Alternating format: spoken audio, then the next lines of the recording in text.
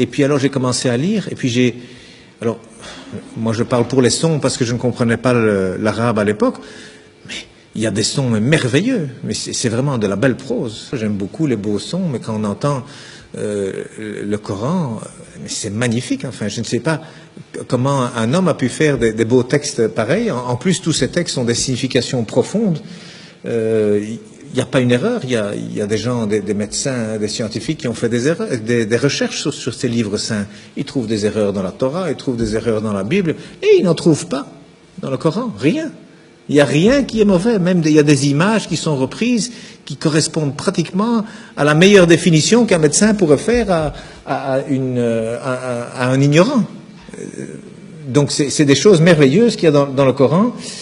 Et en plus, moi j'ai découvert récemment la formule de la beauté, comme on dit, c'est-à-dire qu'aujourd'hui la beauté c'est quelque chose qu'on calcule mathématiquement. Cet angle, il doit être exactement l'angle qui correspond à un rectangle où il y a cette proportion, la beauté mesurée comme on appelle, que d'ailleurs Fibonacci a découvert lorsque les chiffres romains ont été éliminés et remplacés par les chiffres arabes. Alors ils viennent d'Inde en réalité. Avec le sifr, le zéro, en arabe ça s'appelle le sifr, donc c'est devenu les chiffres plutôt que les nombres. Et puis Fibonacci l'a découvert avec ces chiffres, c'est formidable, on peut faire des calculs infiniment grands et puis avec la virgule infiniment petit. Et il a découvert comme ça que la pyramide de Khéops, le Parthénon, enfin tous ces beaux bâtiments, même en Italie, il a découvert qu'il y a toujours la bonne proportion. Même les peintures, il a découvert que toujours c'est au même endroit que doivent se trouver le centre du tableau. C'est pas au centre, non, c'est quelque part 1 sur 1,618. Donc il y a des proportions. Eh bien aujourd'hui on retrouve, la Mecque se retrouve sur la terre aujourd'hui. Lorsque vous avez 1 et 1,618, eh bien cette ligne, elle passe à travers la Mecque, à travers la Kaaba au mètre près. Et la distance entre la Kaaba et le pôle Nord fait 1, et entre la Kaaba et le pôle Sud fait 1,618.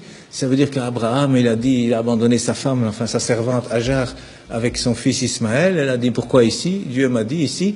Donc il semble qu'aujourd'hui, c'est par rapport en tout cas, et c'est même lié au village de Greenwich, qui a servi à dessiner la carte de cette terre, parce que le milieu c'est Greenwich. Eh bien, c'est considéré là comme le centre de beauté que tous les peintres utilisent aussi. D'ailleurs, depuis Leonardo da Vinci, il a dessiné des tas de choses. Vous savez, le corps, 1,618, le nombril, il est à 1 mètre du sol, la taille idéale, c'est 1,618 m. Donc, il y a plein de choses. Les dents même, la dent du milieu, elle fait 1,618, à côté, elle fait 1. La bouche, elle fait 1,618, le nez, il doit faire 1. Et il y a des chirurgiens esthétiques aujourd'hui qui utilisent ces mathématiques pour corriger les visages. Eh bien, il y a un verset qui contient la Mecque dans le Coran. Eh bien, le verset, il fait 47 lettres, divisé par 1,618, ça fait 29. Pile poil le début du mot Mecca. Enfin, c'est un bas de Becca, mais c'est pile poil à cet endroit-là. Donc, je veux dire, quand on découvre des choses comme ça, et il y en a encore dans le Coran, il y a des vérités comme ça mathématiques, on se dit, c'est quoi ça? C'est pas un homme, il n'avait pas d'ordinateur, le prophète, il n'en avait pas, c'est sûr, c'est certain, ça c'est vraiment une vérité, on n'a jamais rien retrouvé d'informatique à l'époque, c'est sûr. Et ça a déjà été testé, à mon avis, 1 million de fois. Ça fait partie de la science exacte. Mais cet homme, d'où est-ce qu'il a cherché ce texte? Il y a plein de choses comme ça. Alors le premier message, d'ailleurs, il faisait 19 mots. Le premier message faisait 19 mots, Bismillahirrahmanirrahim, fait 19 lettres. Il y a 6 fois 19 sourates, il y a 142 fois 19 le mot Dieu dans le Coran, il y a 3 fois 19 fois le miséricordieux dans le Coran. Ce chiffre 19 dans le Coran, c'est aussi quelque chose d'incroyable. Mais donc le premier message, c'était, voilà, informez-vous. Au lieu d'interpréter, d'abord le savoir. D'abord savoir de quoi on parle. Et le dernier message du prophète, dont on dit qu'il est mauvais pour les femmes, eh bien, il a dit, soignez vos femmes, et pour la prière, ne l'abandonnez pas.